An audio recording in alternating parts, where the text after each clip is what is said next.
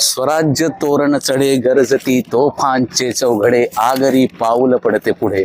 तेव्हा मला महाराष्ट्राची आणि महाराजांची अष्टकोनी राज्यमुद्रा दिसली.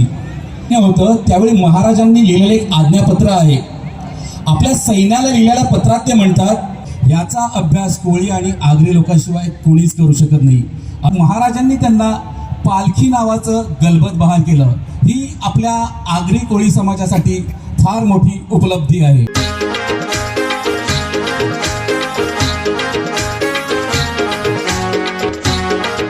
नमस्कार मित्रांनो, आज आम्ही एक नवीन व्हिडिओ घेऊन येत आहोत आणि आत्ता आम्ही आहोत डोंबिवली पूर्वेला. तुम्हाला मागे दिसत असेल 19वा अखिल भारतीय आगरी महोत्सव. कल्याण डोंबिवली भागात आहोत आपण आणि मला खास निमंत्रण आहे की स्वराज्यामध्ये महाराजांनी जे स्वराज्य उभारलं त्यामध्ये आगरी लोकांचा काय हातभार होता आणि ह्या इव्हेंट निमित्त ह्या आगरी महोत्सवात असलेली आगरी पदार्थांची रेलचेल असेल, आगरी संस्कृती असेल, ती आम्ही तुमच्यापर्यंत पोहोचवणार आहोत. तर चला ह्या आगरी महोत्सवात, या आगरी महोत्सवासाठी तिकीट देखील आहे आणि अगदी देणगी प्रवेश 30 रुपयांचा चार्ज आहे पर व्यक्तीसाठी. मी तिकीट घेतोय.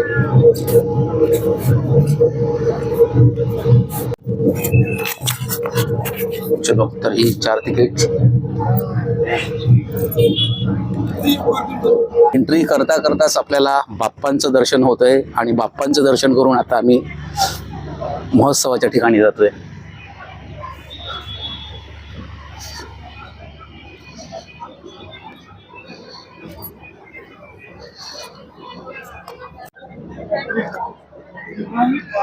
तर अगदी स्वराज्य तोरण चढे गरजती तोफांचे चौघडे आगरी पाऊल पडते पुढे. अगदी ज्या कन्सेप्टसाठी बोलवलेलं आहे तोच नजारा आपल्याला इथे दिसतोय.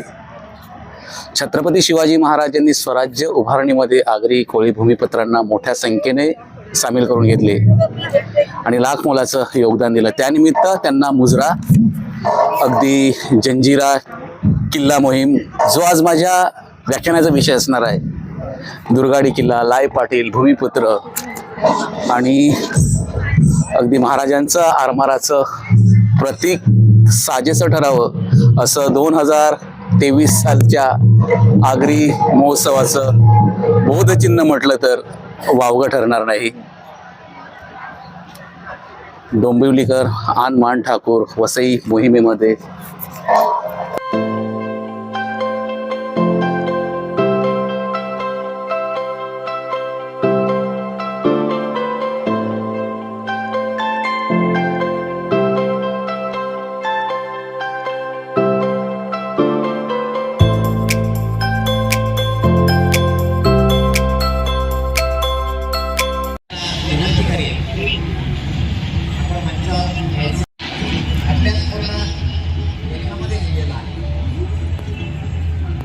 स्वराज्य उभारणीत आगरी समाजाचा सहभाग आणि या विषयावर आपल्याला व्याख्या देण्यासाठी आपल्यामध्ये उपस्थित आहेत निनाद पाटील, बंदरपाडेकर, अर्नाळा. निनाद पाटील हे गड संवर्धनाचं काम गेली अनेक वर्ष करतायत. अर्नाळा राहत असल्या कारणानं समुद्र किनारा स्वच्छ ठेवण्यासाठीही त्यांचं फार मोठं योगदान आहे. त्यासाठीही ते काम करतायत आणि सार्वजनिक स्वच्छता असेल, गडसंवर्धन असेल, या संदर्भात समाज प्रबोधनपर त्यांचं लिखाणही खूप आहे आणि त्या लिखाणासाठीच त्यांचा राजभवनामध्ये राज्यपालांच्या हस्ते सन्मानही झालेला आहे. असे हे सन्माननीय निनाद पाटील यांना मी विनंती करतोय, आपण जो विषय निवडलेला आहे स्वराज्य उभारणीत आगरी समाजाचा सहभाग, या विषयावर आपण आपल्या व्याख्यानाला सुरुवात करावी. आगरीवेद फोरम आयोजित अखिल भारतीय आगरी महोत्सव संयोजन समितीच्या वतीनं सर्व उपस्थितांच्या वतीनं मी आपलं शब्द सुमनांनी स्वागत करतोय आणि विनंती करतोय आपण आपल्या व्याख्यानाला सुरुवात करावी.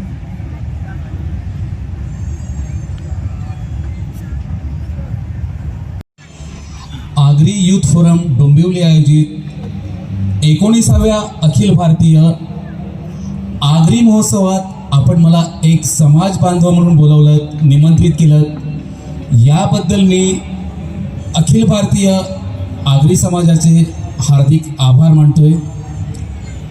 इथे सर्व दिग्गजांची मांदी आली जमली आहे. मगाशी आपल्या कार्यालयामध्ये मला काकांनी आपल्या ह्या कार्यक्रमाविषयी सांगितलं आणि 19 वर्षापूर्वी ह्या आगरी महोत्सवाच्या उद्घाटनाला नानासाहेब धर्माधिकारी आले होते असं सांगितलं. आणि त्यावेळेस मला समर्थांचा श्लोक आठवला, सामर्थ्य आहे चळवळीचे जो करील तयाचे.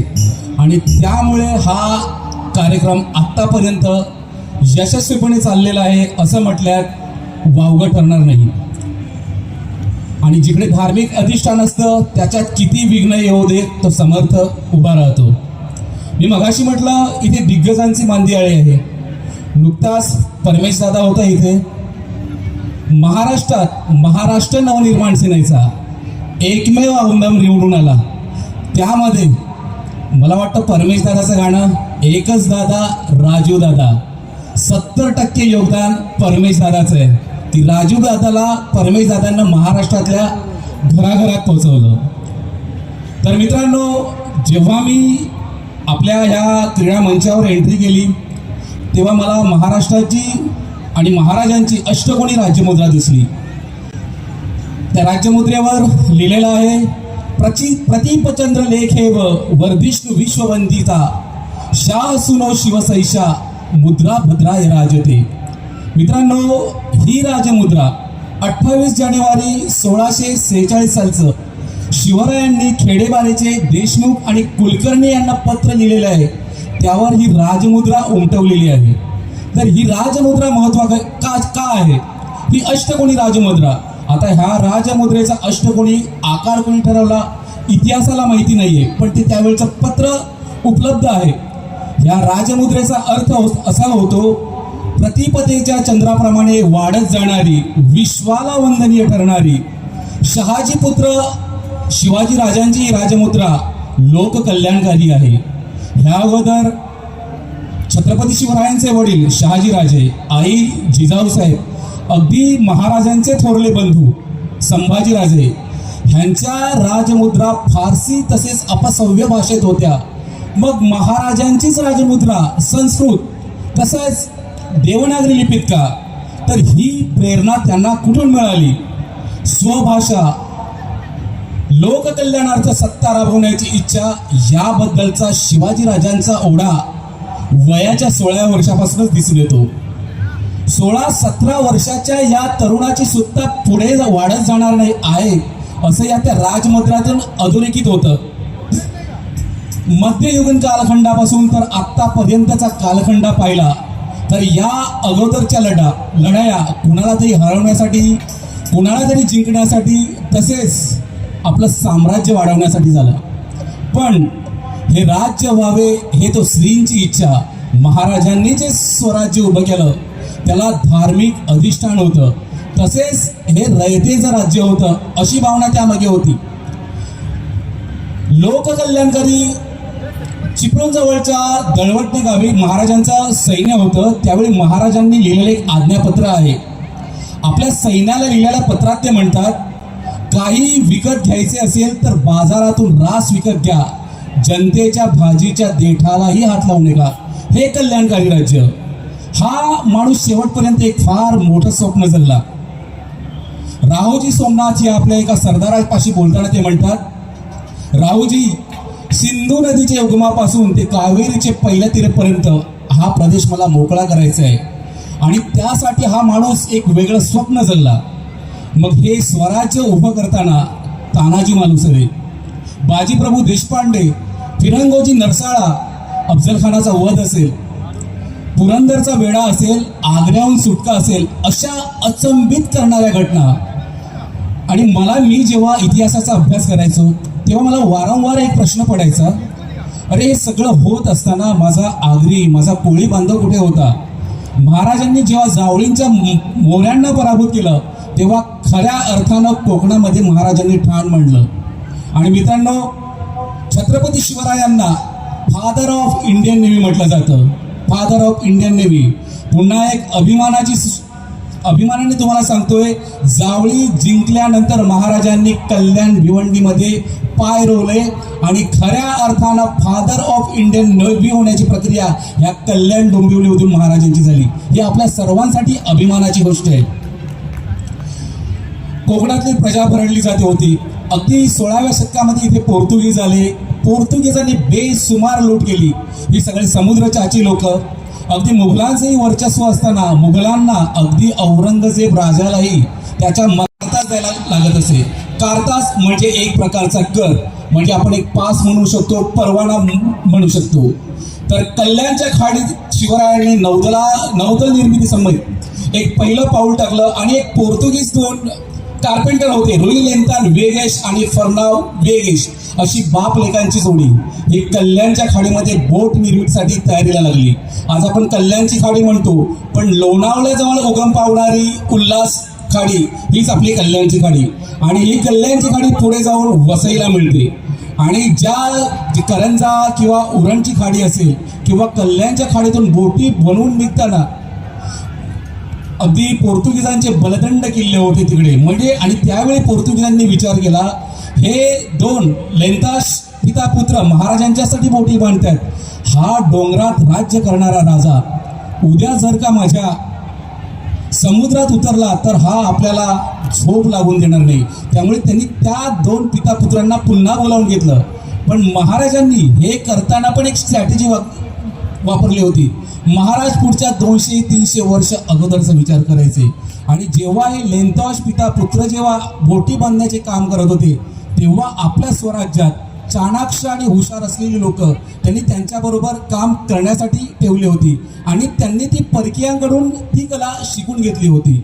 आणि त्यानंतर महाराजांनी संगवेली बोट, ज्याला गुराब म्हटलं जातं, आरमारी नौका म्हटलं जातं, ह्या गुराबी नौकांचा एक नवा प्रकार महाराजांनी आणला.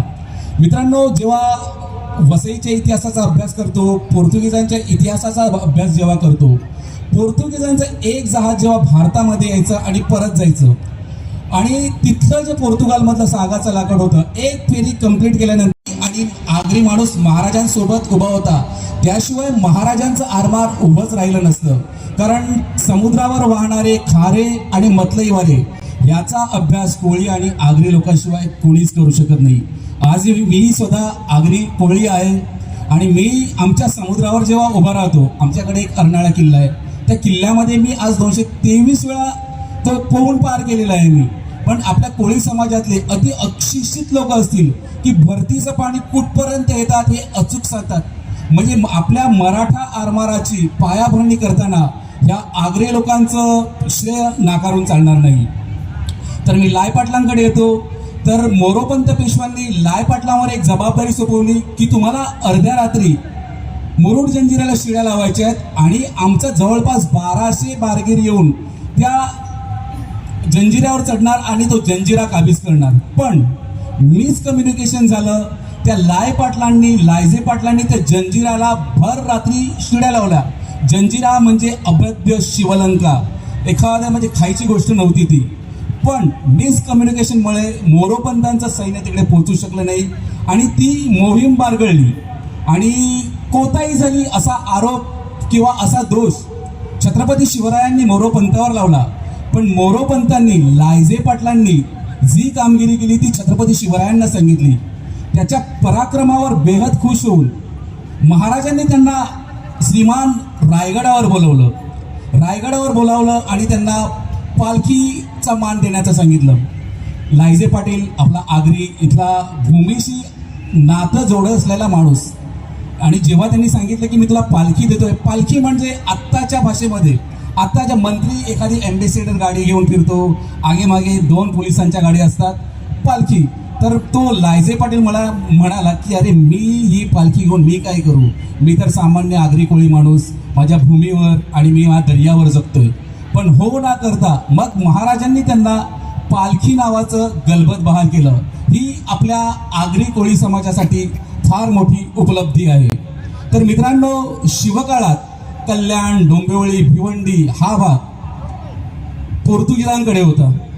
आणि पुन्हा येतो की वसईची मोहीम जी सुरू झाली आता कल्याण डोंबिवली महानगरपालिका आणि भिवंडी आपलाच भाग, आपल्या लोकांचाच भाग आणि भिवंडी आणि पोर्तुगीजाविरुद्ध मोहीम आखण्यासाठी सुद्धा भिवंडीतली गंगाजी नाईक अंजुरकर हे कारणीभूत ठरले.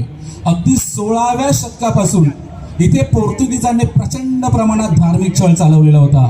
अगदी आपल्याला कुठलेही कार्यक्रम, घरातले विवाह असतील, मुंज असतील, हे कार्यक्रम जर केले तर अगदी दंड लावला जात असे. अगदी डोक्यावर शेंडी ठेवायलाही ब्राह्मणांना दंड होता. मग ही व्यथा अगदी संभाजी राजाच्या काळापासून गंगाजी नाईक अंजुरकरांनी पोचवली. बाजीराव पेशवे उत्तरेतल्या मोहिमेत असल्यामुळे त्यांना ह्या भागावर लक्ष देता आले नाही. पण शेवटी बाजीराव पेशव्यांचे छोटे बंधू चिमाजी अप्पा यांच्याकडे ही मोहीम आली. आणि मित्रांनो, वसई बेट जर काबीज करायचं असेल तर आपल्याला आजूबाजूच्या परिसरातले सगळे किल्ले काबीज करावे असतील. मग तारापूर असेल, अशिरी असेल, आज आपण ठाणं म्हणतो, त्याला पूर्वी साष्टी म्हणत असे. 66 गावांचं ते साष्टी. पोर्तुगीजांनी इकडे ठाण्यामध्ये एक लांब लचक भिंत बांधण्याचाही प्रयत्न केला होता. अशी फार मोठी दुश्मचक्री झाली. खूप काही सांगता येईल, आज वेळही कमी आहे. पण मी अर्नाळ्याविषयी सांगतो.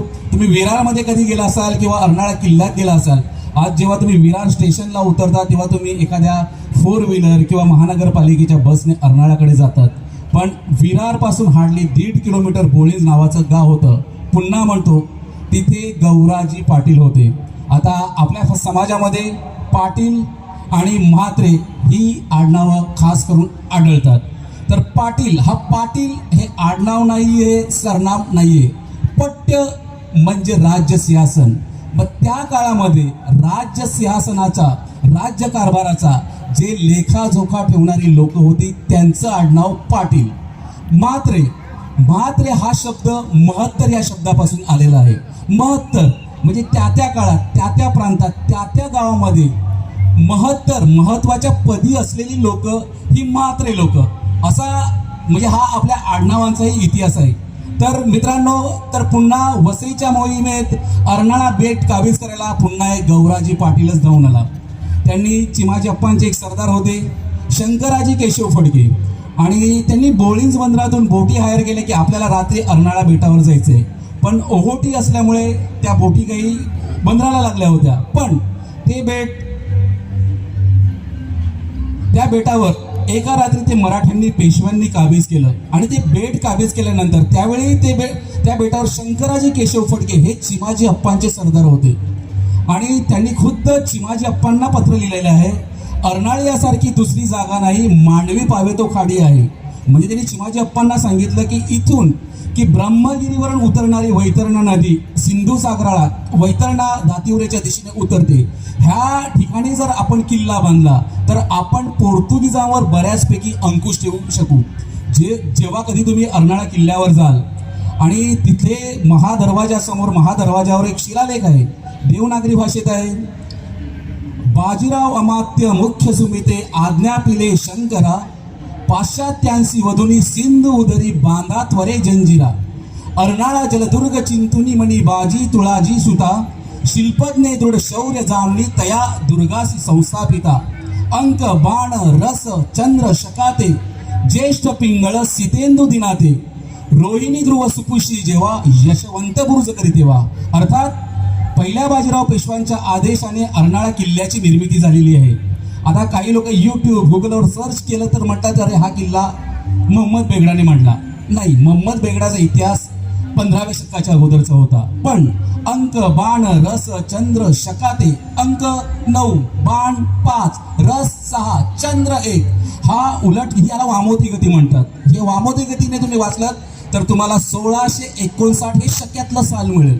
आणि त्याच्यात प्लस 78 केल्यात तुम्हाला 1737 अर्नाळा किल्ला उभारण्याची तारीख मिळेल.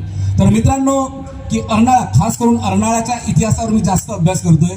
आणि जेव्हा पेशव्यांच्या बोटी अर्नाळा किल्ल्याचं बांधकाम सुरू करत असताना, आता आपल्याकडे काही तुमच्या डोंबिवलीमध्ये की आपल्या डोंबिवलीमध्ये, भिवंडीमध्ये, कल्याणमध्ये अशी काही लोक असतात की आपण त्यांना वसईकर म्हणतो, कल्याणकर करतो, भिवंडीकर म्हणतो, किल्लेकर म्हणतो. अरे मग हे शब्द कुठून आले? तर मला पेशवे दप्तरातली काही पत्र मिळाली. पेशव्यांच्या बोटी पेट्रोलिंगसाठी, गस्तीसाठी अगदी तारापूरच्या समुद्रामध्ये गेल्या होत्या. आणि त्यांनी कोळ्यांच्या काही 4 बोटी पकडल्या आणि त्यातून 19 कोळी लोक पकडून आणली. त्यांना अर्नाळा बेटावर आणलं, जिथे किल्ल्याचं बांधकाम सुरू होतं. अरे आता यांचं करायचं काय? अरे म्हणे त्यांना आता किल्ल्याचे दगड व्हायला सुरू करा. मग हे संदर्भ कुठून लागले की आपली एक शाहून जास्त अभ्यास करून यायला मला खूप आवडेल. आणि मी धन्यवाद म्हणेन. फक्त माझं संभाषण आटोपताना समर्थांनी महाराजांना जे निश्चयाचा मेरू म्हटला तो श्लोक म्हणतोय आणि मी माझं भाषण आवर्त घेतोय. निश्चयाचा महामेरू बहुत जनासी आधारू अखंड स्थितीचा निर्धारू श्रीमंत योगी. धन्यवाद. जय आगरी कोळी. आपल्या समाजाचं एक व्यक्तिमत्व इतक्या खोलवर जाऊन अभ्यास करतं. स्क्रीन चालू असताना आपण बघितलं असेल त्यांनी किती वेगवेगळ्या पदव्या प्राप्त करून घेतलेल्या आहेत. तर आपल्या समाजाचा इतिहास थोडक्यात जो विषय होता आजचा त्यांनी आपल्याला पूर्णपणे समजला असेल की किती व्यवस्थितपणे आपल्यासमोर मांडला. सर, नक्कीच तुम्ही म्हटल्याप्रमाणे आम्ही तुम्हाला पुढच्या वेळी